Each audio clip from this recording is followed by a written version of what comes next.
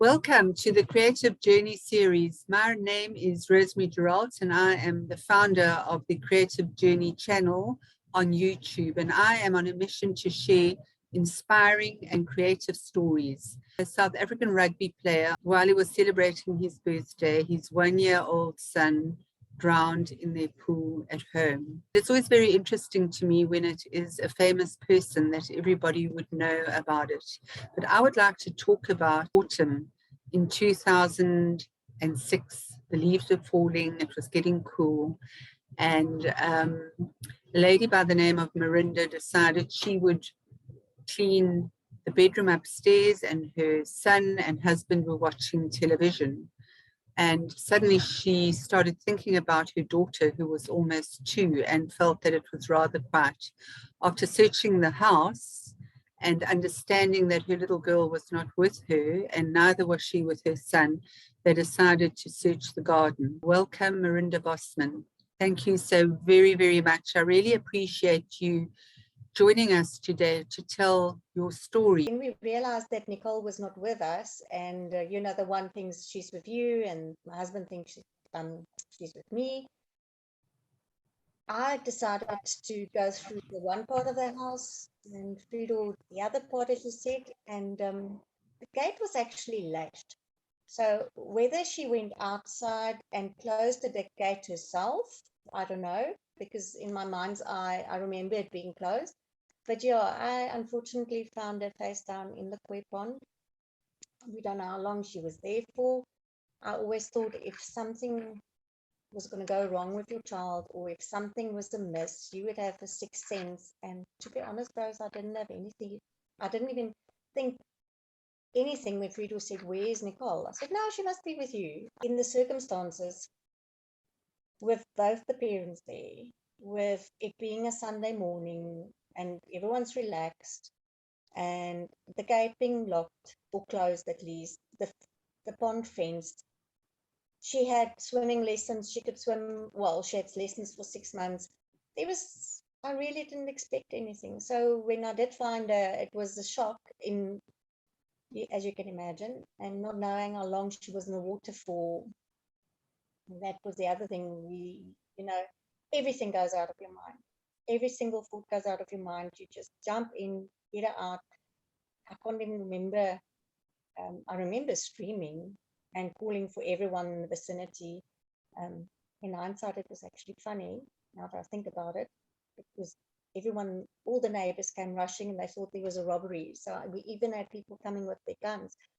But it was just this mom having found her daughter face down in a pond and not knowing how to cope with it, or trying to get help and not knowing how to help herself, because CPR went out the bed. My husband tried doing CPR, and we decided we're not going to wait for an ambulance.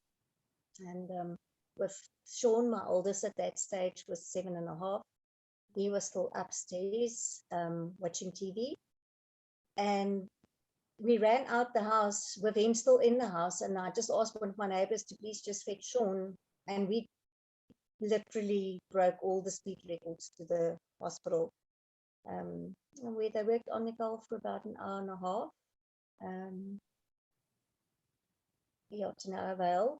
And I remember so vividly in hindsight, as I was praying for my miracle, it really was if someone was tapping me on my shoulder and said to me, "You must pray and ask for God's will." And when I did that, I knew it was over. Yeah, so when I did pray that and I realized it was over, I obviously started hyperventilating, and the doctor called us into the cubicle they were working on.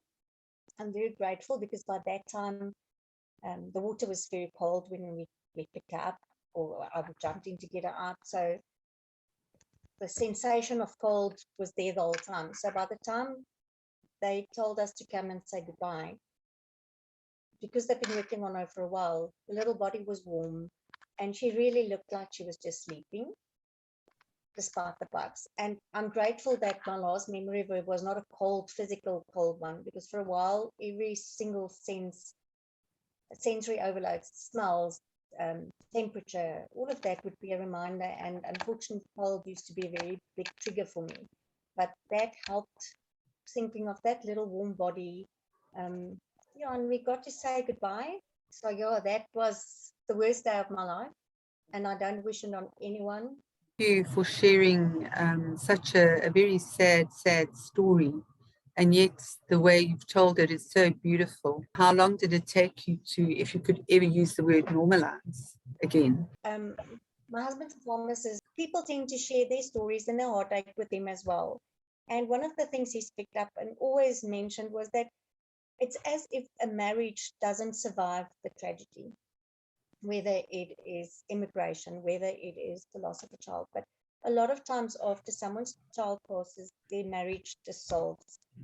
And in that emergency room, after we've said goodbye, and we unfortunately had to do the whole police procedure because it's an unnatural death, he asked if he can have 5 minutes alone with me. And he spoke life into our marriage without knowing it. Because by then, he didn't know the Lord personally. And he just said to me that we can't allow this to break up our marriage. We can't allow the tragedy to become a bigger one, and let Sean lose his parents and let us lose each other. So that to me, in that moment, made me realize that this is something we'll have to fight for, because you know that we grieve completely differently. I chat. Frido has a stone in the garden that he goes and sits on, and he doesn't speak to anyone. And it is amazing how it turns out. When the times that I was weak was the times that he was stronger, and vice versa. It was like a roller coaster that we went through. With regards to Sean, as I say, was my grade 1, 7.5-year-old. To this day, my heart is so sore for him because the focus is completely on the parents. And he lost his sister. And people, I remember at the funeral as well, it was too much. It is overwhelming. You're not touching base, and he gets lost. He really got lost in all of this. And yes, you are hurting, but it's your responsibility as well to see to it that he remains a happy young boy. So that stuck with me. The second thing that stuck with me was a friend of ours, her brother also died at the age of 7, and she said to me that, you know what, it wasn't only my brother that died that day. I lost my mom too, because she was never the same. And that was like cold water in your face, realizing that you can't stop living. You really can't stop living. It's a conscious decision to pick up your head, to get out of bed, to put a smile on your face. It was nobody's fault. We were both at home. But my little girl, in her nearly 2 years, changed so many people's lives. And her death changed even more people's lives. I was praying for my husband, saving for 17 years, and the day after her passing, he got saved. So I know my whole family is going to heaven. I know I'm going to see her there. I know my husband's going to see her there. It gives you tremendous peace and gives you tremendous hope. And I'm extremely, extremely grateful for being a mom. Marinda, you were blessed with another beautiful child. So tell us about him. So when we realized that's a boy and we had to decide on names, one of the names that kept popping up was Matthew, and Matthew means gift from God. So at 3 a.m. on my birthday, I went into labor 3 weeks early. Your birthday present. I had my little birthday present, Matthew. He's about 7 centimeters taller than me as well. But you know what? He was not just a blessing in the sense that it was that new little breath. He is the most lovable, cuddly, kissy, touchy-feely, just want to hug you the whole time, little boy or young man. And to be blessed with another son, and not a daughter. I think it would have been different if it was a daughter, but another son, the Lord doesn't make mistakes. It was awesome. It does make the hurt a lot less. What was, post Nicole leaving you, what was the hardest thing that you had to overcome? If you look back now, all those years later, what was the one thing that was so difficult for you? I think the one thing I battled with most was that remember I spoke about the senses and the cold and smells, and um, it is scary to go back to the moment that I found her. And I don't ever want to do that, and I don't consciously want to go there, but it would catch you unawares. So your day would be fine, and then all of a sudden you would be exactly back. And that to me was one of the more difficult parts. And it was, I'm sure I prayed it away because it's not conscious. It just happens. You feel cold all of a sudden, and then it reminds you of the emergency room. Or you see a little boy, not even a little girl of the same age, and there's this reminder. So it was triggers that's unknown, and being able to cope with those triggers fast. Like one counselor, or the counselor that with Sean said to us that, you know what, it's like a roller coaster, and your real aim is just to have better periods for longer than the bad period. A lot of things changed when I fell pregnant. So because it gave me new hope, I had something else to focus on. So I would say 6 months to a year. Nicole died 11 days before his second birthday. The day Matthew turned 11 days before his second birthday, it was like, sure, I got this one through. Amazing how subconsciously you are so worried something is going to happen to him too. Such a relief when I got him there. In my mind is I wanted Nicole to be proud of me. So every opportunity I got to witness about the blessings her death brought and the peace I experienced, because that's something that I haven't mentioned yet. I remember I said when I prayed for my miracle, and it was like someone said, pray for God's will.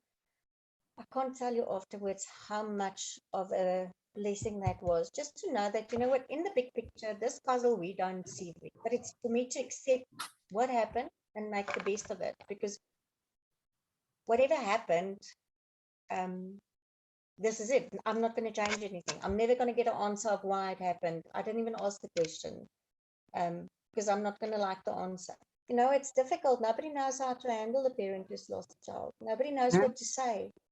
And yes, you get people saying the dumbest things, but you also realize at one stage you were that person, because unless you've been there, you have absolutely no idea what they're going through.